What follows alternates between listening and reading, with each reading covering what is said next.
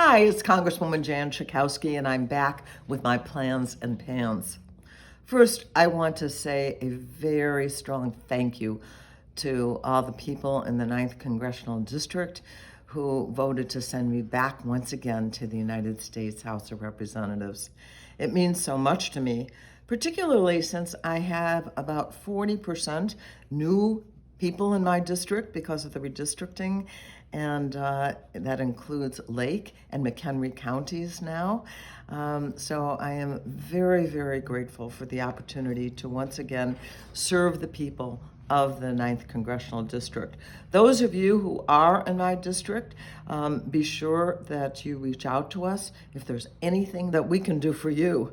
And remind you that we never ask anybody when they call our office for help what your party is.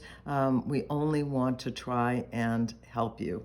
So again, thank you very much. It is a privilege, it is an honor, and it's also a great responsibility, and I take it very, very seriously. I also wanted to tell you what happened the very next day after the election.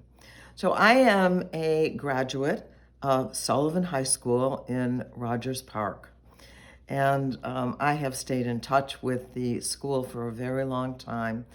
And what was especially moving for me was that this new, beautiful, refurbished gymnasium was named the Jan Schakowsky Gymnasium.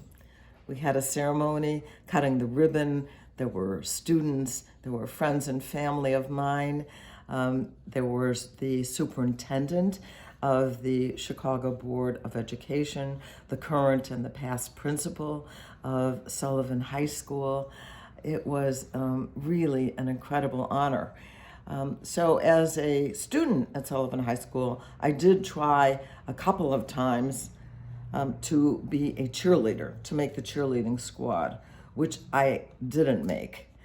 But I said to the crowd that was there at the ceremony that I did not give up, and I decided that I would dedicate the rest of my life to being a proper cheerleader for Sullivan High School, a wonderful school, very diverse.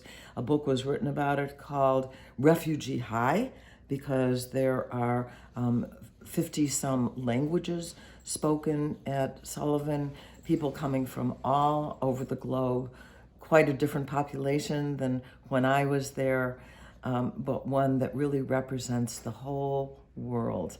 So that was a big day for me, and also just wonderful for Sullivan High School to have this fabulous new gymnasium. This week, I also went to Lurie Children's Hospital, one of the finest hospitals for children in the country.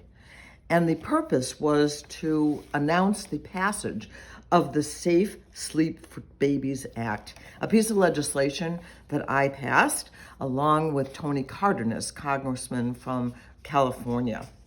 Almost 200 deaths have been attributed to the sleep conditions that include baby bumpers, inclined sleepers, any kind of fluffy things that go into cribs, and that has caused the death of so many children. It was a wonderful press conference that we had. With us was the chair of the Consumer Product Safety Commission, Alex Hoehn-Saric. There was the head of the hospital itself, a wonderful pediatrician. We had advocates, including Kids in Danger, who were talking about the importance of making sure that children's sleep spaces are safe. And now this legislation will make sure that those unsafe additions to the cribs and any kind of place that you put a baby will not be allowed. They can't be sold anymore. And that went into law just this very Saturday. And so I'm very proud of that happening. But here's the rule. You want to make a baby sleep on its back, a newborn baby, 0 to 1 at least, on its back, on a firm surface, no bumpers, no inclines, no blankets, just a plain. Now, to some people it may look really stark. That is the safest, the only really safe way to put a newborn baby. So it's also a matter of educating families, educating caregivers that this is so incredibly important and even a matter of life and death. Another wonderful event I went to this week was the Gale School, also in Rogers Park. It is a school that feeds into Sullivan High School. My mother taught, her name was Tilly Danoff. Mrs. Danoff taught at Gale School for more than 2 decades, loved that school. It's always been in my heart as well because she was such a loving and wonderful teacher, had such a great experience at that school. Gale School is now 100 years old. It was a centennial celebration, and it was lively with students and videos of so many sites within the school and outside their school.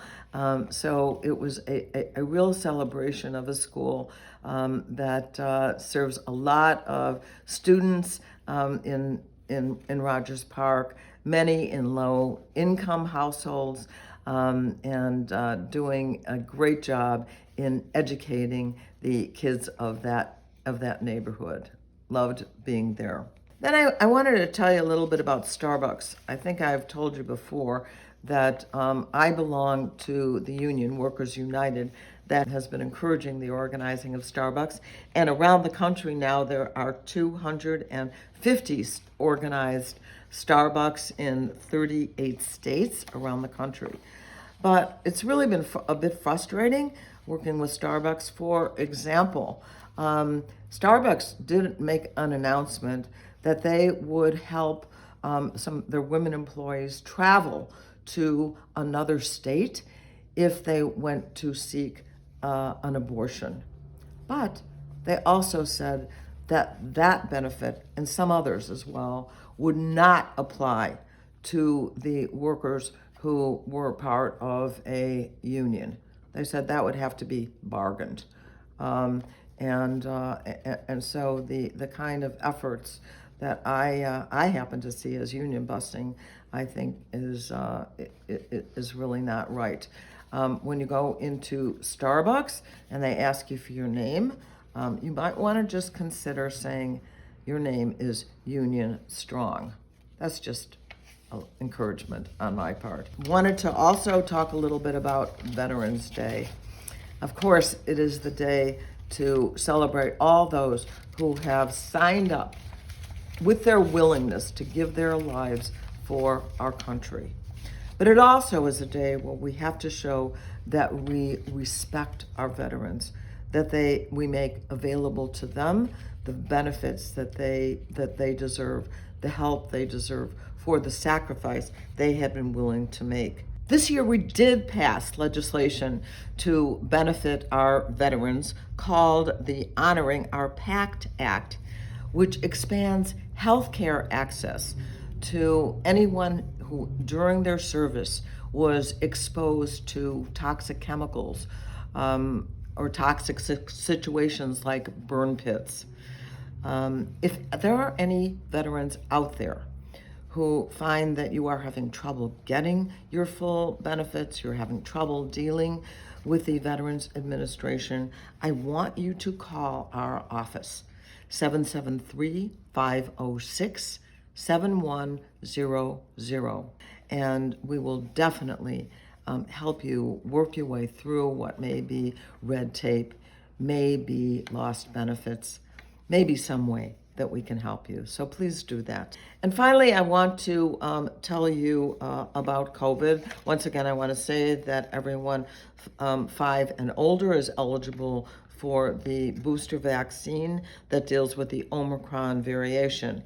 I want you to know that only 14.6% of eligible Chicagoans right now have actually signed up to get and have gotten that vaccine. So I would certainly encourage you to avail yourself of this vaccine. If you're like me, you know people who are still getting COVID and having to go into quarantine. So it's available, and it's for free. In Cook County and our surrounding counties are still in the green low transmission zone, so that's a good thing. On Thursday, Illinois reported 2,187 new cases of COVID and 19 deaths. So it is still with us.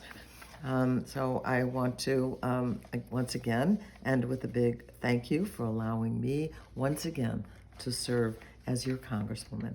And I'll see you next week. Thank you for watching my video. Make sure you subscribe to my YouTube channel and follow me on Instagram, Twitter, and Facebook, where my handle is @Jan Schakowsky.